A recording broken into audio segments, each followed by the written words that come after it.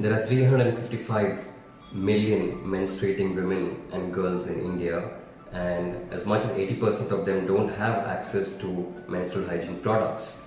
Many of them land up using cloth, rags, sand, or even ash.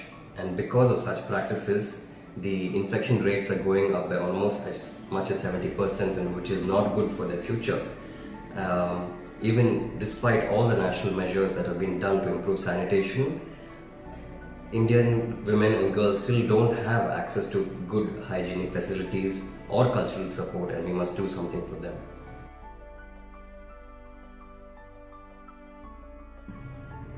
May 28 is Menstrual Hygiene Day, a day dedicated to bringing awareness around the vital role that good menstrual hygiene management plays in empowering women and adolescent girls worldwide. The vision behind the Menstrual Hygiene Day is a world in which every woman and girl is able to manage her menstruation in a hygienic way, in safety, privacy, and with dignity wherever they are.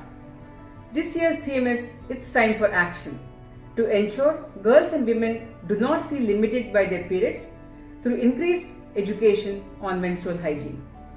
We at Rao Hospital commit to create awareness and educate all on menstrual hygiene. Menstrual hygiene management includes using sanitary napkins, tampons, and menstrual cups, whichever is of your choice. Always use soap and water to have a bath and bathe twice daily. And safe disposal of sanitary material is absolutely necessary. Stay clean, stay healthy, stay happy.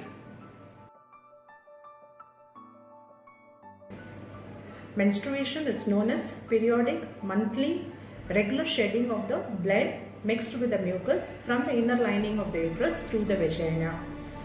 Usually, a girl attains menarche between 10 and 15 years and reaches menopause by 45 to 50 years. Approximately, she bleeds for 30 to 45 years.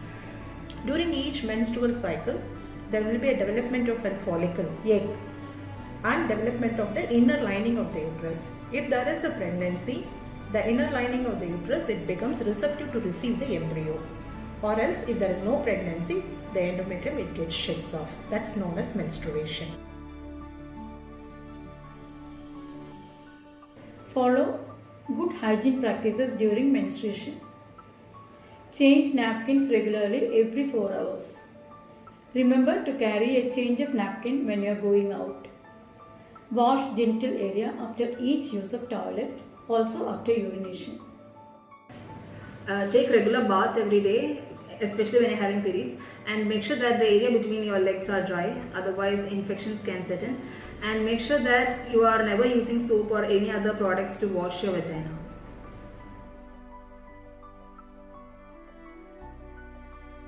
Poor menstrual hygiene is mainly due to the usage of unclean pads and tampons inside the vagina, using it for long hours, poor hand wash techniques, and local hygiene, leading to vaginal infections like itching, rashes, foul smelling vaginal discharge, and urinary tract infections and reproductive tract infection. Regarding the disposable practices, all these sanitary napkins are dumped in open landfills in an unsanitary condition. So it is time for us to speak about menstrual hygiene and to move on to usage of more reusable and biodegradable pads and menstrual cups for the better health of the women and environment.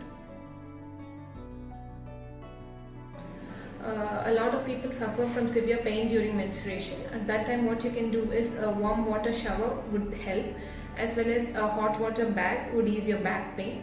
If in case of severe cramps, you can take few painkillers which are absolutely safe. And as far as the diet is concerned, we advise you to take a diet rich in iron and calcium. And the key factor is staying hydrated. So please drink plenty of water.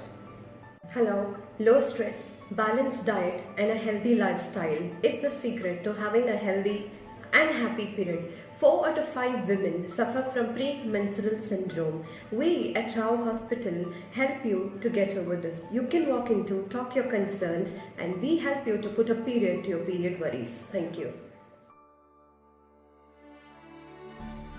Pay attention to your signs. If you're experiencing irregular periods painful periods, or heavy bleeding, you might need a scan and medical management. Menstrual hygiene should be an integral part of health education for adolescent girls. Parents, school nurses, school teachers, and some educational TV programs play a vital role in disseminating clean and safe menstrual hygiene practices to them. It's time for action. It's time for action. It's time for action. It's time for action. It's time for action.